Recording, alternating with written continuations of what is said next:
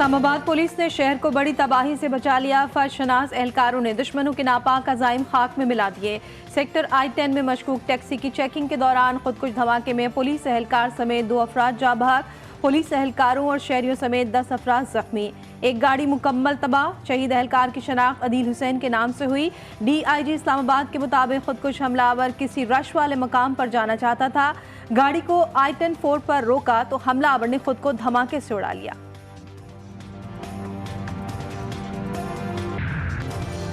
بارود سے بھری گاڑی ہائی ویلیو ٹارگٹ کے لیے راولپنڈی سے اسلام آباد میں داخل ہوئی۔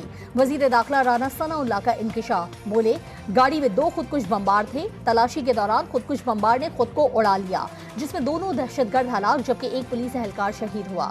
مزید کہا کہ اسلام آباد پولیس نے فرض شناسی کا شاندار مظاہرہ کیا۔ اسلام آباد بڑے حادثے سے محفوظ رہا۔ شہر اقتدار میں دہشت گردی، صدر وزیر اعظم آصف زرداری، بلاول بھٹو سمیت دیگر سیاسی و مذہبی رہنماؤں کی مذمت۔ شہید اہلکار کو خراج تحسین۔ وزیر اعظم کہتے ہیں بے گناہوں کا خون بہانے کا بڑا مذموم منصوبہ ناکام ہو گیا۔ ارض پاک کو اس فتنے سے پاک کر کے رہیں گے۔ بلاول بھٹو بولے پولیس جوانوں نے جان کی پرواہ کیے بغیر اپنا فریضہ ادا کیا۔ گورنر کا نوٹیفیکیشن۔ مسلم لیگ نون نے چودھری پرویز الہی کے خلاف تحریک عدم اعتماد واپس لے لی۔ اسپیکر اور ڈپٹی اسپیکر پنجاب اسمبلی کے خلاف عدم اعتماد کی تحریک بدستور موجود۔ نون لیگی رکن خلیل طاہر سندھو کہتے ہیں پرویز الہی اعتماد کا ووٹ حاصل نہ کر سکنے پر پہلے ہی عہدے سے ہاتھ دھو بیٹھے ہیں۔ صرف وزیر اعلیٰ کے خلاف جمع کرائی گئی تحریک واپس لی گئی۔ پرویز الہی کی سبکدوشی۔ پاکستان تحریک انصاف کا گورنر پنجاب کو ہٹانے کے لیے صدر مملکت کو خط لکھنے کا اعلان۔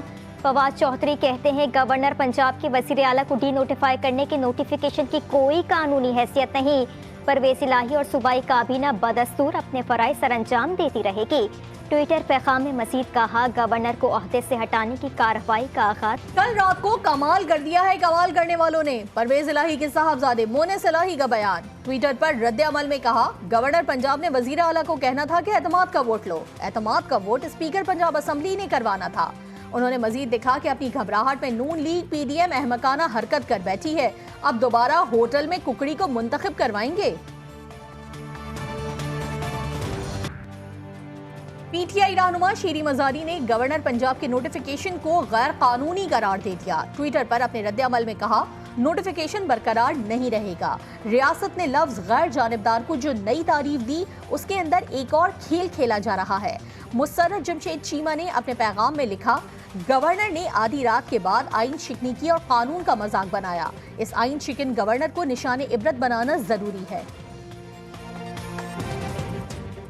گورنر پنجاب کا فیصلہ آئینی نہیں آئین شکن ہے۔ سارا نقصان PDM کو ہوگا۔ نوٹیفیکیشن معاشی بحران گھمبیر کر دے گا۔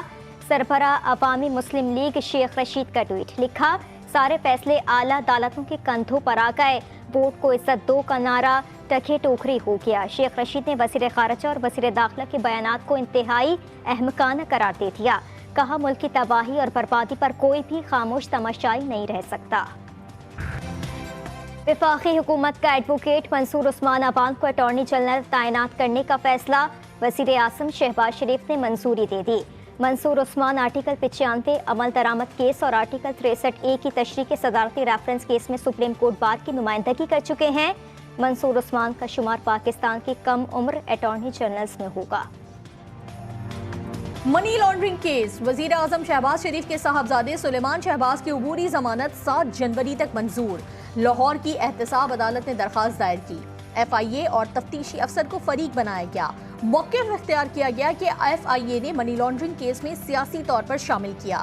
اشتہاری قرار دینے سے قبل قانونی تقاضے پورے نہیں کیے گئے۔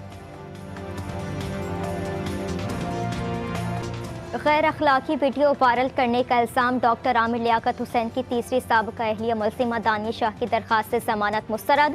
کراچی کی جوڈیشل مجسٹریٹ مکیش کمار نے درخواست ضمانت پر فیصلہ سنا دیا۔ گزشتہ سماعت پر عدالت نے فریقین کے دلائل سننے کے بعد فیصلہ محفوظ کیا تھا۔